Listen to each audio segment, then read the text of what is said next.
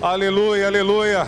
Levante as suas mãos e declare isso: as cadeias estão quebrando pelo poder do nome de Jesus. Levante as mãos em direção à sua casa, à sua família, e comece a profetizar isto, que as cadeias são quebradas pelo poder do nome de Jesus. Há poder no nome de Jesus, há poder no nome de Jesus, há poder no nome de Jesus, há poder no nome de Jesus. As cadeias dos vícios são quebradas, as cadeias dos vícios são quebradas, as cadeias dos vícios das drogas são quebradas agora, nesse momento, quando a tua igreja ora.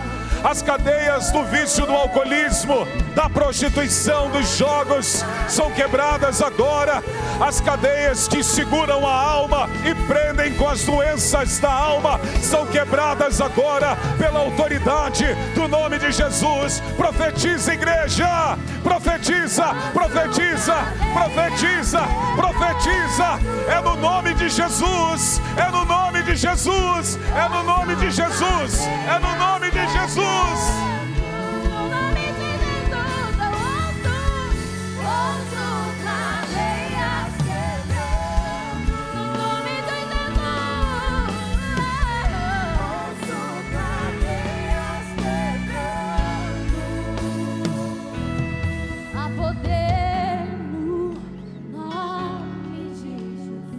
Seja curado nesta manhã em nome de Jesus. Venha libertações nas famílias. Há poder nesse nome. Seja cheio do Espírito Santo nesta manhã.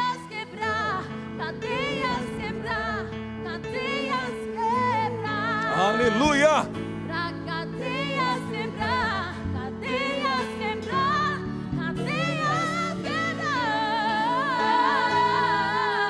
Com as suas mãos aos céus, aplauda ao Senhor o melhor que você pode. Aleluia, aleluia. Glória a Deus. Obrigado. Glória a Deus.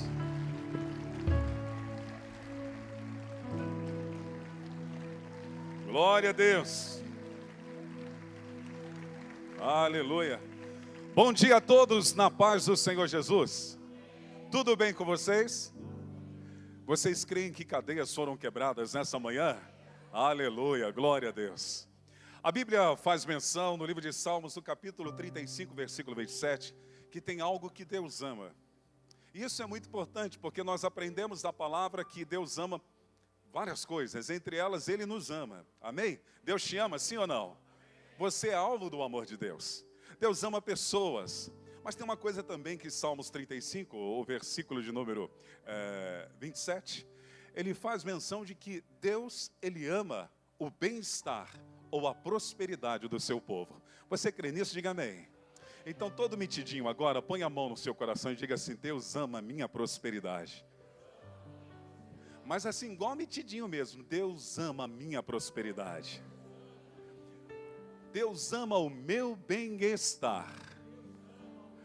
Agora que você tem essa convicção, eu gostaria que você saísse e fosse pelo menos até 2 ou 3 pessoas e liberasse essa palavra para ele ou para ela nessa manhã. Declare isso: Deus ama a sua prosperidade, Deus ama seu bem-estar. Vamos fazê-lo? Faça isso nesta manhã, no nome de Jesus. Deus ama a sua prosperidade, Deus ama o seu bem-estar. Glória a Deus. Deus ama a sua prosperidade. Deus ama o seu bem-estar.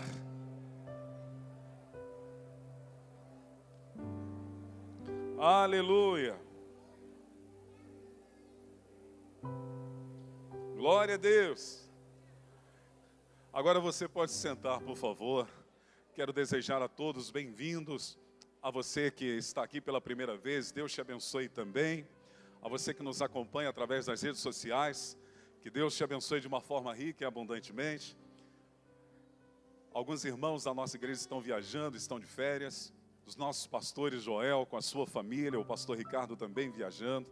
Mas você está aqui nessa manhã e coube a responsabilidade não de substituí-los, porque quem sou eu? Mas de dividir a palavra de Deus com você nessa manhã. E a boca fala daquilo que o coração está cheio. Meu coração está cheio da palavra de Deus. Quantos vieram para ouvir a palavra de Deus? Digam aleluia. Nós começamos a semana do Apacentai com o tema provisão diária. E é isso que nós temos que crer no nosso coração.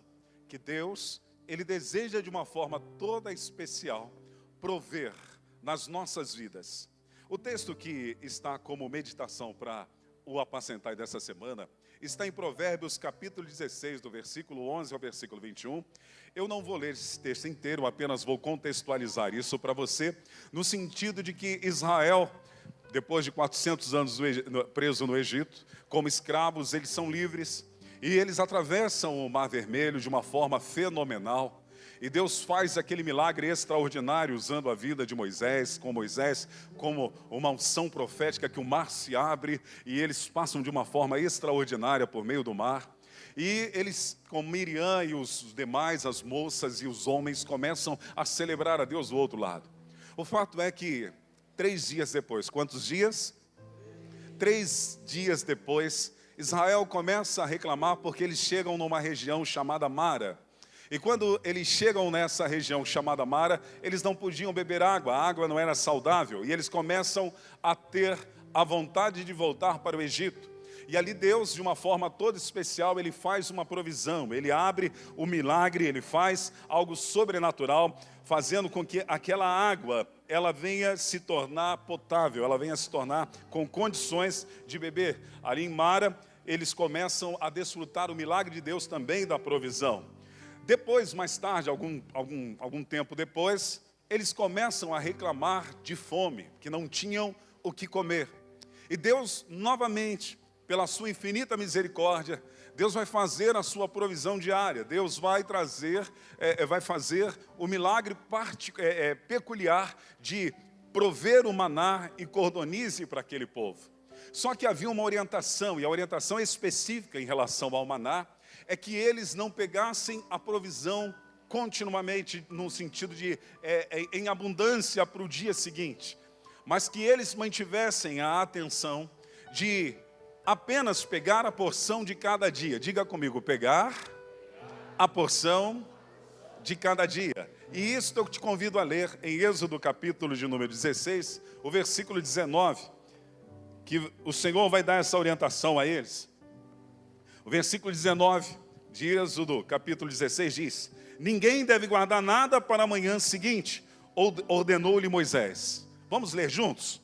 Ninguém deve guardar nada para a manhã seguinte, ordenou-lhe Moisés. Qual o problema de guardar para o dia seguinte? Visto que na sexta-feira, como era a véspera do sábado, eles poderiam guardar para o dia seguinte. Mas havia uma orientação que diz de domingo até a véspera do sábado, eles tinham que pegar apenas uma porção de cada dia.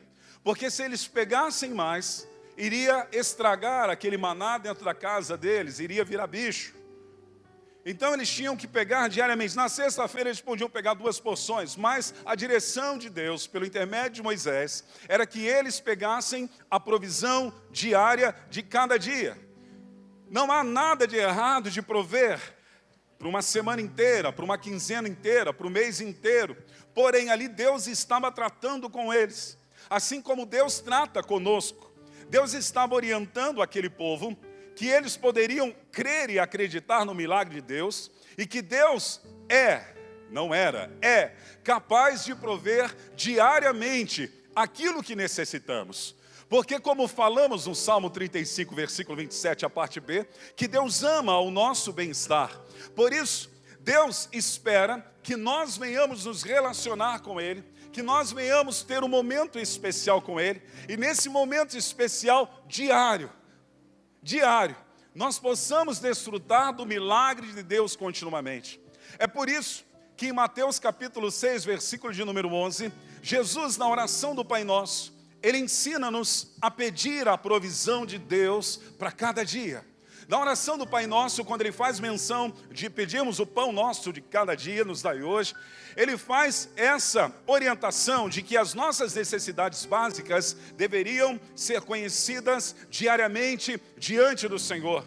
Por que diariamente e não quinzenalmente? Por que diariamente e não já orando, Senhor, que o pão do ano inteiro já me dai hoje? Mas porque a oração do pão nosso de cada dia, porque Deus espera que a cada dia nós tenhamos um relacionamento com Ele, porque a cada dia Deus é capaz de fazer o milagre da provisão na nossa vida. A cada dia, as misericórdias de Deus se renovam a cada manhã. A cada dia, a cada amanhecer, o novo de Deus vem na nossa vida. O que Deus fez ontem, foi ontem. Deus é capaz de continuar fazendo hoje. Deus é capaz de continuar fazendo hoje. Deus é capaz de continuar fazendo hoje. Deus é capaz de continuar mandando a provisão diariamente nas nossas vidas.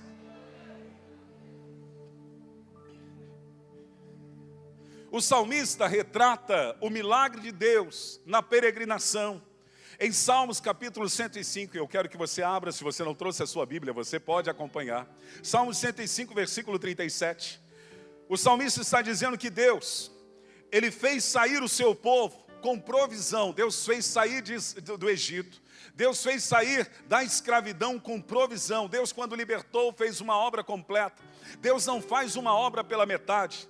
Ainda que você de repente esteja aqui nessa manhã, esteja parado em uma promessa que algo aconteceu na sua vida, e essa promessa parece que está estagnada, não por causa de Deus, mas porque você tomou um outro caminho, tomou uma outra direção.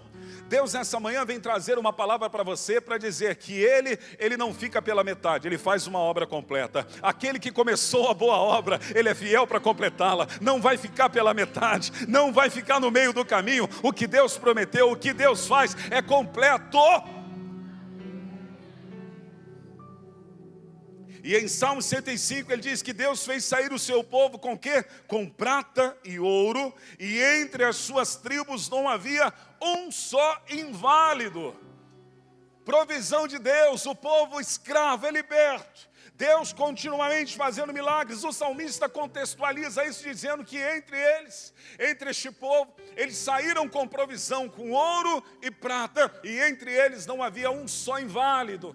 Não havia só uma pessoa que estivesse fraca, porque o Deus de provisão, o Deus que pode fazer o milagre na nossa vida, o Deus que é bom demais, o Deus que ama a nossa prosperidade, o Deus que ama o nosso bem-estar, Ele é capaz de prover o pão nosso de cada dia. Nessa manhã, se há uma necessidade na sua vida, acredite, o Deus que te trouxe aqui nessa manhã, Ele pode entrar na tua realidade, Ele sabe o que é importante, Ele sabe o que é emergencial, e Ele é capaz de fazer ambas as coisas, porque Ele é Deus.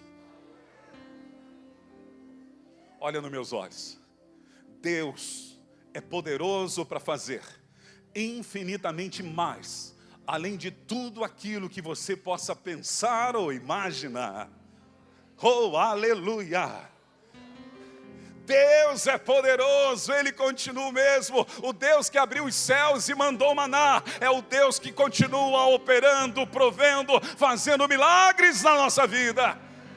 Pastor, você não sabe o deserto que eu estou passando. Irmão, deixa eu te falar uma coisa. Foi no deserto que Deus fez os maiores milagres. Está no deserto, prepara, acredite, confie, o milagre está chegando. O milagre está chegando. Deserto, ou você sai morto porque você não confia, ou você desfruta o milagre.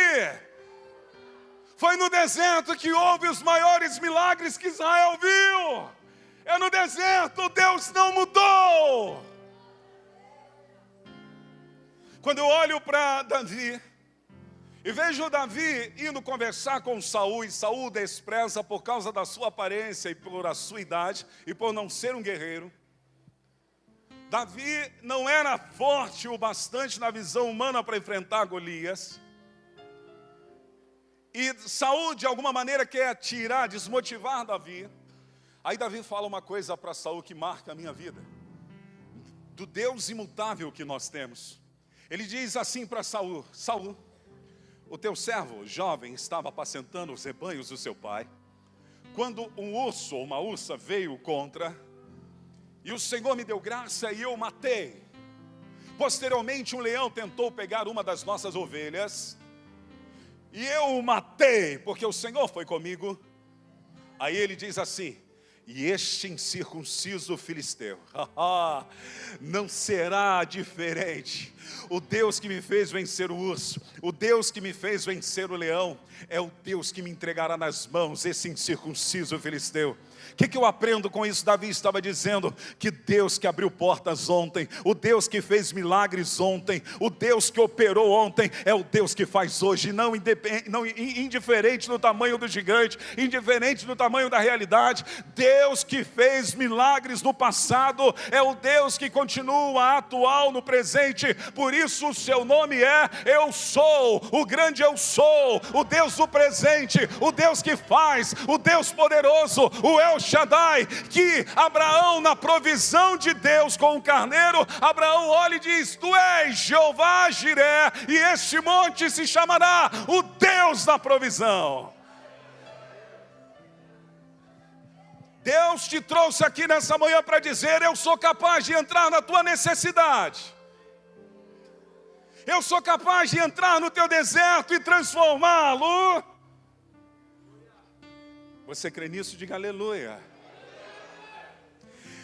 Havia milagres diários no deserto. Em Deuteronômio capítulo de número 29, o versículo de número 5 fala-nos que havia milagres. Esses milagres eram extraordinários, meu querido pastor Capela, que está aqui nesta manhã, aleluia. Olha, aquele povo no deserto, mesmo em meio à situação árida, mesmo em meio a um lugar que geralmente chama-se de crise, eles desfrutaram um dos maiores milagres de Deus, que além da provisão de Deus, Deus vestia aquele povo. Deus não fazia roupas para eles, mas eles andavam na marca de Deus. Eles andavam na grife de Deus, porque Deus, pela sua maneira sobrenatural de ser, provia o crescimento daquelas roupas. As roupas durante 40 anos não envelheciam, os sapatos não envelheciam. O Deus que eu sirvo é um Deus de milagres.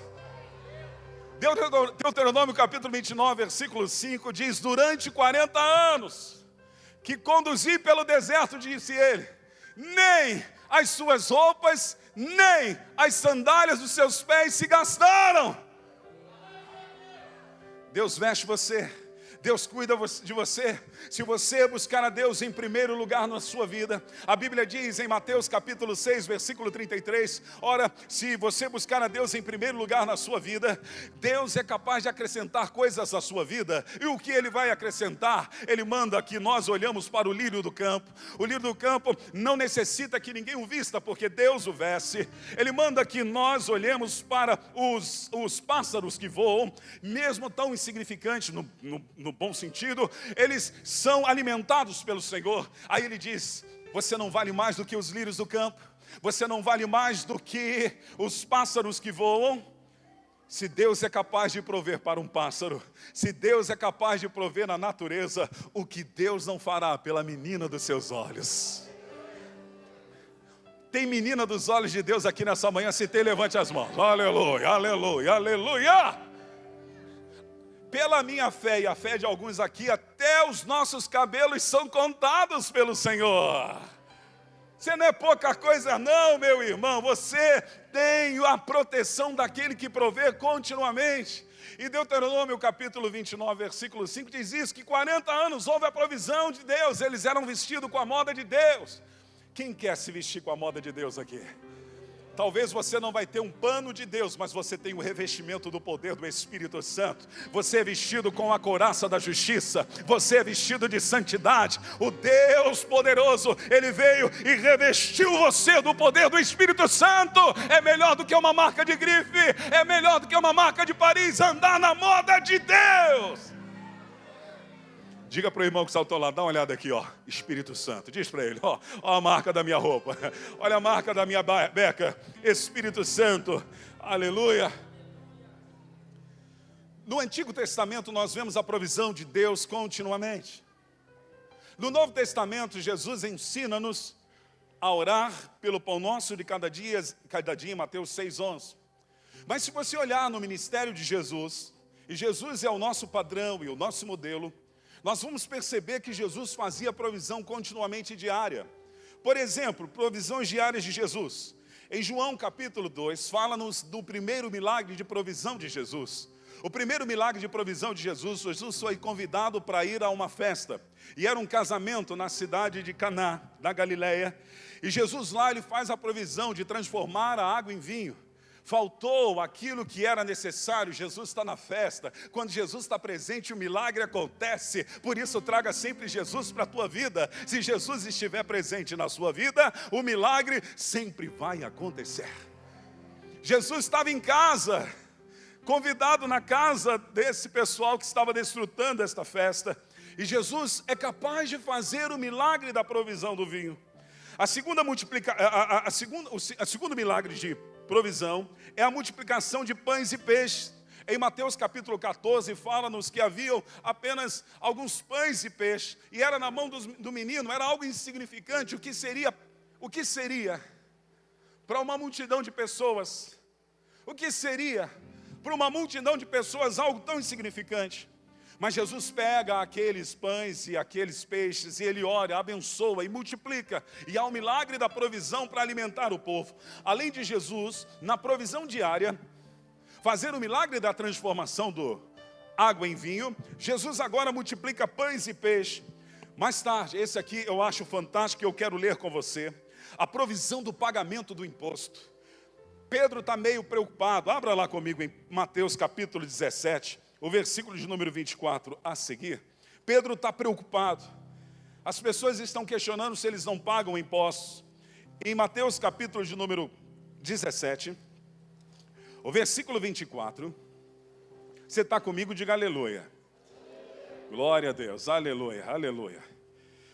Deus é o Deus de provisão. Mateus capítulo 17, o versículo 24, diz assim: quando Jesus e seus discípulos chegaram a Cafarnaum, os coletores do imposto de 2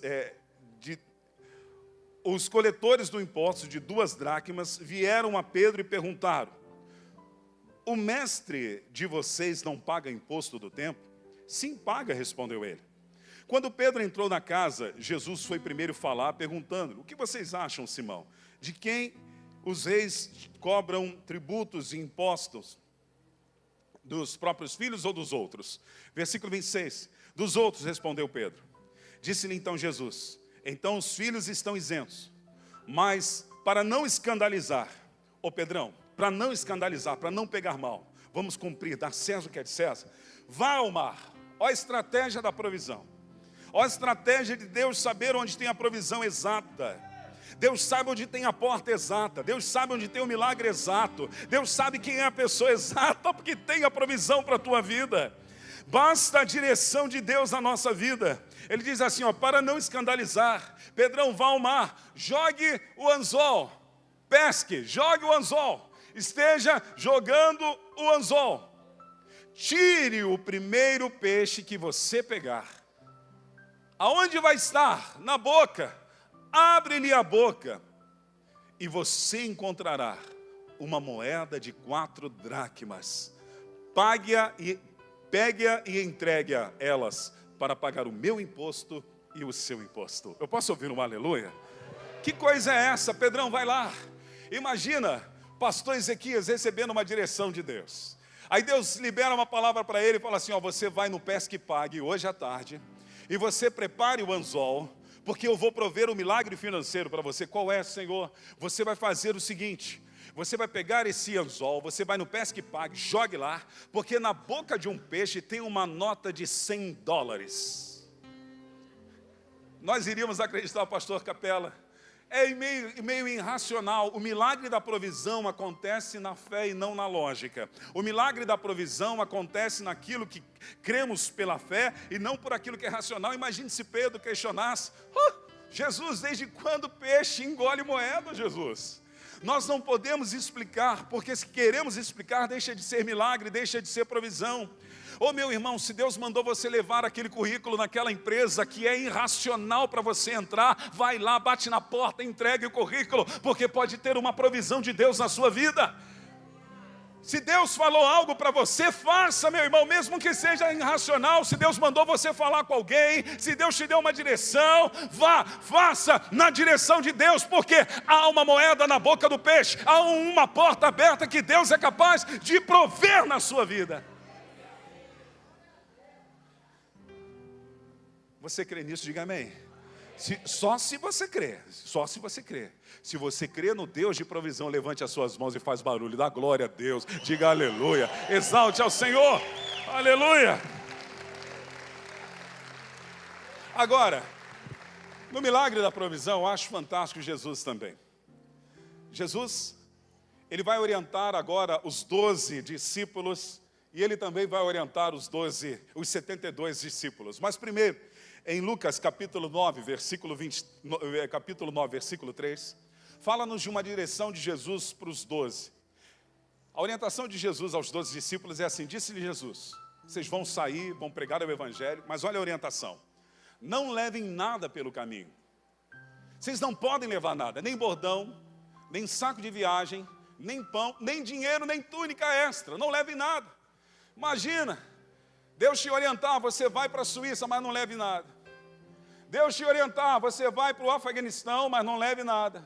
Deus dizer para você, você vai a Curitiba, você vai ao Rio de Janeiro, você vai a São Paulo. Não, já estamos em São Paulo. Você vai a algum lugar, mas não leve nada. Por que não levar nada? Ele fala essa orientação para os 12. Mas depois ele vai falar para os 72 também. Olha só o que diz em Lucas capítulo 10, versículo 4. Ele também diz: não levem bolsa, não leve saco de viagem, não leve sandálias, não saúdem ninguém pelo caminho, não leve nada. Era errado levar alguma coisa? As esposas dos discípulos que acompanhavam, que gostam de levar apenas, as mulheres levam apenas uma malinha, né? Só aquela malinha mais nada. O homem não, o homem leva aquela quantidade de malas. Não é isso, pastor Capela? Mas as mulheres, quando viajam, elas viajam apenas com uma malinha, não é isso? Imagine aquelas mulheres querendo pegar a sua maquiagem, as suas roupas, as suas túnicas. Elas não podiam levar nada. Aqueles homens levavam uma outra túnica, não podia levar dinheiro, talvez alguns discípulos precisariam comer, não podia levar nada. Diga comigo, não podia levar nada. A pergunta que não quer calar: é errado não levar? Não. Mas por que Jesus pediu que eles não levassem nada? Porque Jesus queria ensinar o milagre da provisão. Você tem que confiar em Deus categoricamente, não só de palavra, mas de prática e verdade. Diga: eu preciso confiar em Deus. Não só de palavras, mas de prática e verdade. Qual é o nível de confiança que você tem no Deus de provisão? É parecido com aquele artista. Ele era trabalhava em círculos, andando para um lado e para o outro, trapezista, eu acho que sim. E esse trapezista, ele esticou uma corda numa parte das cataratas do Niágara, nos Estados Unidos.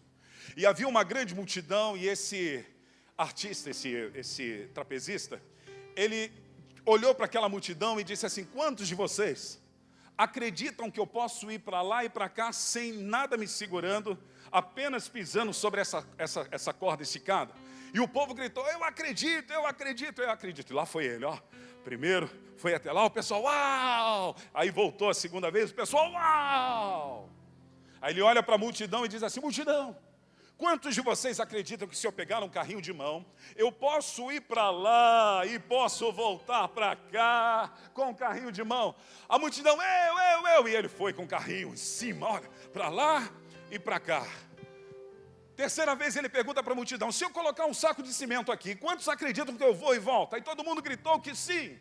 Aí de repente ele olhou no meio da multidão e disse: quantos de vocês acreditam que se eu pegar você e colocar no carrinho de mão, eu vou para lá e para cá? Posso ter algum voluntário? Ninguém. Às vezes falamos que confiamos em Deus, quando Ele quer carregar-nos nos seus braços, nós não permitimos. Porque ser carregados no braço de Deus é pelo jeito de Deus e não nosso jeito. Não há achismo no reino de Deus. O que há é a sua palavra e a sua direção. Não há achismo no reino de Deus. O que há é lâmpada para os meus pés e a tua palavra e luz para o meu caminho. É isso que existe no reino de Deus. a direção exata. Jesus olha para os 12 e diz, não levem nada. Jesus olha para os 72 e diz, não levem nada. Mas olha o que acontece lá em Lucas capítulo 22, versículo 35. Jesus diz assim, então Jesus lhe perguntou, quando eu os enviei sem bolsa, sem saco de viagem, ou sem sandália, pergunte comigo, vamos todos juntos, vamos perguntar, faltou alguma coisa? Pergunte. Mais uma vez. Qual foi a resposta? Qual foi a resposta? Olhe para a pessoa que está do teu lado e diga, eu quero ser boca de Deus na tua vida, não vai te faltar nada. Não vai, Deus é capaz de prover o milagre na sua vida, na sua casa. Recebe o milagre de Deus, recebe o milagre de Deus, recebe provisão, não vai te faltar nada. Oh! Salmos 23, versículo 1, o Senhor é o meu pastor e nada me faltará. Fui moço e agora sou velho, eu nunca vi um justo mendigar o pão, nem a sua família, nem seus filhos, nem seus netos. Aleluia! A maldição vai até a 4ª geração, mas a bênção vai até 1000 gerações. Levante as mãos e diga, os meus filhos são prósperos, a minha família é próspera, os meus netos são prósperos.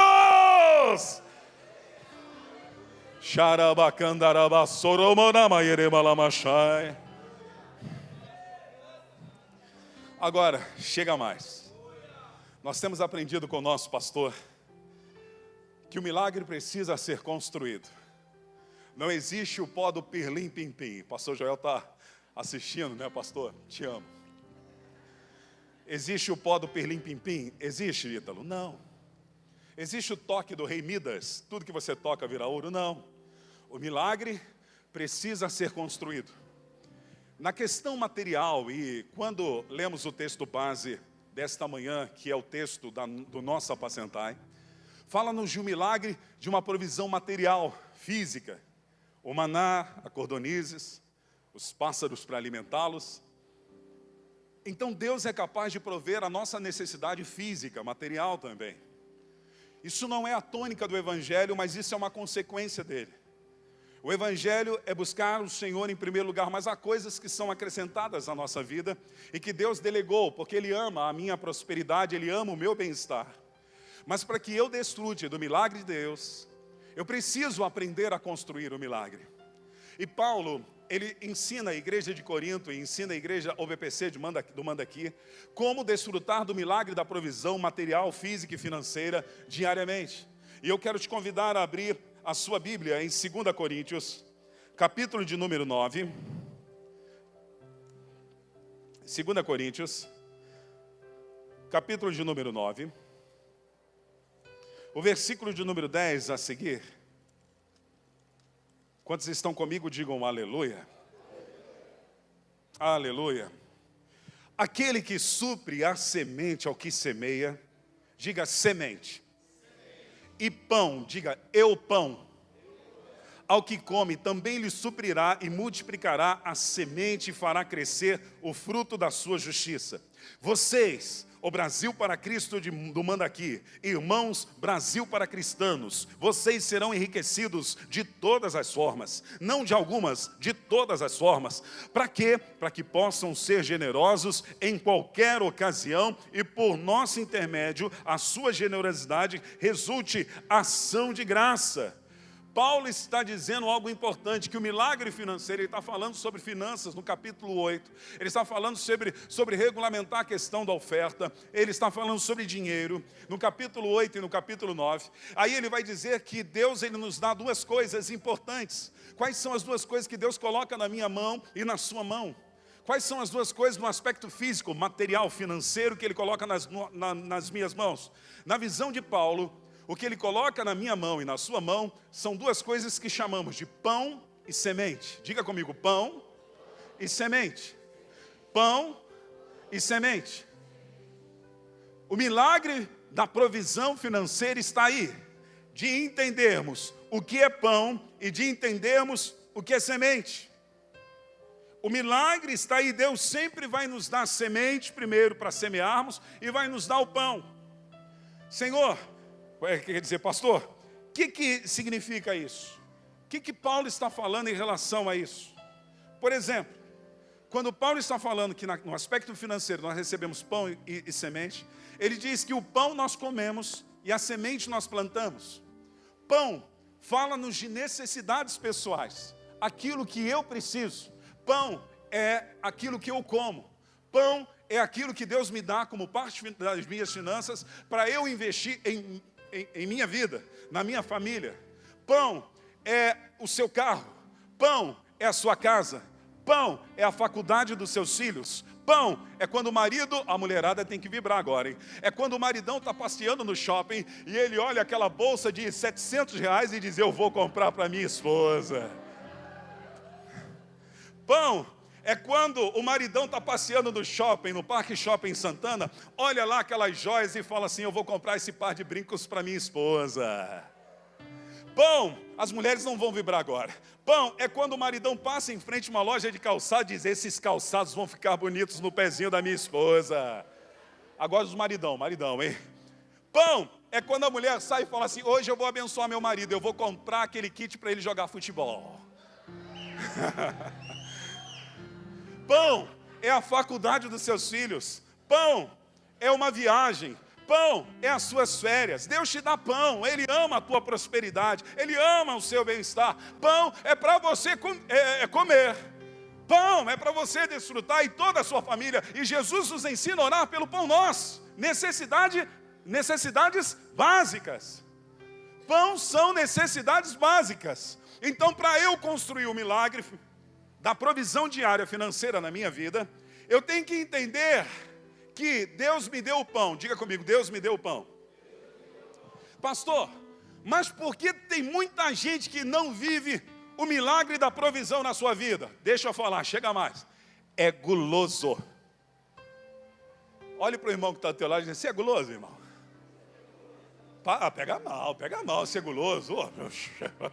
Tem muito irmão glutão, comendo além do que devia. Por quê? Porque ele está comendo pão, mas Deus nos dá outra coisa. Qual é a outra coisa que Deus nos dá? Deus nos dá semente. Semente não é para comer, semente é para plantar. E se eu quero construir o milagre da provisão diária na minha vida, eu preciso pegar a semente que tenho e eu preciso plantar e não comer. Por que eu não desfruto da provisão diária? Porque eu como pão e como a semente. Eu sou guloso. Guloso vai morrer no deserto. Havia cidades que Jesus não podia operar milagres porque havia incredulidade. Quem come a semente é incrédulo. A semente é para ser plantada e Paulo está dizendo, olha, aquele que deu o pão, você pode desfrutar do pão, você deve desfrutar do pão. Deus quer te abençoar, mas o que faz o milagre financeiro na tua vida é a semente. A semente que você planta, porque a semente foi feita para plantar. A semente foi feita para plantar. O pão para comer, a semente foi feita para plantar. E Deus, Ele abençoou o que? O pão? Ele abençoou o pão nosso de cada dia, mas o milagre da provisão está na semente. Olha o que diz lá o versículo 10. Aquele que supre semente ao que semeia, e pão ao que come também, suprirá e multiplicará e aumentará. Diga comigo, suprirá e aumentará a semente. Diga, a minha semente, aquilo que eu planto, vai multiplicar, vai aumentar. É uma lei espiritual, é uma lei absoluta, não é uma lei que pode ser relativa, não, é uma lei absoluta. Por isso, que no versículo 6, de 2 Coríntios 9, Paulo vai dizer o que no versículo 6? Lembre-se, aquele que semeia pouco, também pouco colherá. E aquele que semeia com fartura também colherá fartamente. O que ele está dizendo? Há uma lei espiritual que se eu semeio, eu colho. Se eu semeio, eu colho. Se eu semeio, eu colho. É por isso que Jesus disse, dai, e será-vos dado. O quê? Boa medida, recalcada, sacudida e transbordante. Vamos lá? Boa medida, recalcada, sacudida e transbordante. Vamos lá? Boa medida, recalcada. Pentecostais, vamos lá? Boa medida, recalcada, sacudida e transbordante. Dê, e Deus te prosperará, multiplicará a sua semente.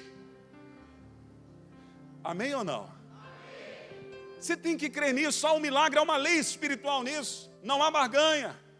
Nós não comercializamos o Evangelho. Não há. Essa teologia barata da prosperidade está fora da nossa igreja. Mas existe a prosperidade do Evangelho e a provisão diária de Deus, porque Deus ama o meu bem-estar. Ser próspero não é ter muito dinheiro. Ser próspero é um estado de espírito que te traz paz, reconhecendo o suprimento de Deus com contentamento em qualquer situação. Ser próspero é você ter o mesmo sentimento que Paulo tinha em qualquer situação. O que a pessoa não entende, que ela acha que precisa ter para ser próspero, e na prosperidade de Deus, você é próspero. Você não precisa ter para ser próspero, você é próspero. Por quê? O dono do ouro e da prata vive dentro de você. O Deus que transforma água em vinho mora dentro de você. O Deus que multiplica pães e peixes mora dentro de você. O Deus que faz provisão, Ele mora dentro de você. Eu me empolguei, já estou no horário. Aleluia. Aguentam aí mais uns 10 minutos, amém? Aleluia. Você me dá 10 minutos, alguém me dá 10 minutos nessa manhã, amém? 10, 20, 30, 40, 50, 60, 1h da tarde, vamos sair daqui. Aleluia. Pão e semente nós temos que semear. Deus é capaz de abençoar a nossa sementeira e nós precisamos acreditar nisso. Aonde eu invisto? Preste atenção. Existe uma profissão de fé do judaísmo que é o Shema. O Shema para ele é a base de toda a lei. É a base do judaísmo. O judaísmo, eles traziam o Shema, exatamente judaico, como uma constituição de fé central do judaísmo, e para eles era Deuteronômio, capítulo 6, versículo 3 a 6. Tudo o que eles faziam estava resumido nessa profissão de fé. Eu não vou ler, mas diz que eles deveriam amar a Deus como único e verdadeiro Deus, acima de todas as coisas. Isso é o judaísmo, o Shema. A direção que resume toda a lei está nisso, amar Deus como único e verdadeiro, mais nada, é isso. Isso é o central que resume toda a lei do judaísmo. É onde eles investem o seu dinheiro, onde eles aplicam o seu dinheiro. Agora Jesus, quando ele vai nos dar o Shema, ele amplia isso exatamente para o cristianismo. No cristianismo, ele vai nos mostrar que há uma dimensão maior. O Shema cristão é o grande mandamento do cristianismo. E o grande mandamento do cristianismo, onde eu vou investir a minha semente, é como Jesus disse lá em Mateus capítulo 22, versículo 36 a seguir, que ele disse que nós devemos amar a Deus sobre todas as coisas, que é o primeiro e grande mandamento, mas o segundo é semelhante, está em igualdade a esse, que é amar o próximo como a si mesmo. Então, ele está dizendo que o nível de investimento, a direção do meu investimento, são nessas três áreas: Deus, eu e o próximo. Deus, eu e o próximo. Deus, eu e o próximo. Onde eu planto semente? Em Deus e no próximo. E eu como pão. Então, a direção que resume tudo agora na construção do milagre, é eu pegar exatamente, pegar a minha semente, aquilo que recebo de Deus, e semear, plantar em Deus. Deus, ele tem a sua constituição como igreja. O corpo de Cristo é estabelecido. Aqui nós temos a nossa igreja. O que é semente? É dizimar, é ofertar, é investir nas missões, é investir nos projetos, é você semear, é você estar colocando a parte das suas finanças como semente em Deus, porque a lei, tudo se resume exatamente agora no grande mandamento do Senhor. Então você vai pegar a semente e vai plantar em Deus. Mas a semente você não planta só em Deus, você planta em pessoas. De repente Deus vai te dar uma direção para você semear na vida de alguém. Não só no aspecto financeiro. Às vezes aquela mulher, ela abre o seu guarda-roupa, está lá, cheio. Ela diz assim: eu não tenho roupa para sair, meu Deus, eu nem vou na igreja hoje. Está cheio de sapatos, eu não tenho sapato para sair, marido, me leva no shopping, por favor. E Deus, de repente, vai ministrar no seu coração para você pegar uma parte daquela roupa, semear na vida de alguém. Semear alguém no seu trabalho, na sua vizinhança, na igreja, no seu dia a dia. Às vezes pessoas que você nem conhece, você vai passar, o Espírito Santo vai falar para você: sabe aquele teu sapato que você acabou de comprar, que trouxe de Paris? Dá para aquela pessoa. Ele: não, Senhor, dá. Aí você voluntariamente vai semear. Então, a semente você semeia no reino, a semente você semeia no próximo, para você desfrutar da provisão diária. E o pão é para você mesmo. Você semeia com uma finalidade. Deus te dá essas coisas com uma finalidade. 2 Coríntios capítulo 9, versículo 11 diz: vocês serão enriquecidos, haverá multiplicação. Por quê? Porque seremos mordomos fiéis. Eu já estou terminando. Seremos mordomos fiéis. Aqui avisa que tem que parar, viu, pessoal? Tá aí, para, pastor, para, pastor, para, pastor. A semente, você tem que investir na vida das pessoas. Para quê? Para que você cresça, multiplique de todas as formas. Para quê? Para que você seja generoso. Se você é generoso, Deus te vê como mordomo. O que é mordomo? Aquele que Deus confia as suas coisas. Deixa eu te falar uma coisa: se você não consegue ser fiel nas pequenas coisas, Deus não vai te colocar nas grandes.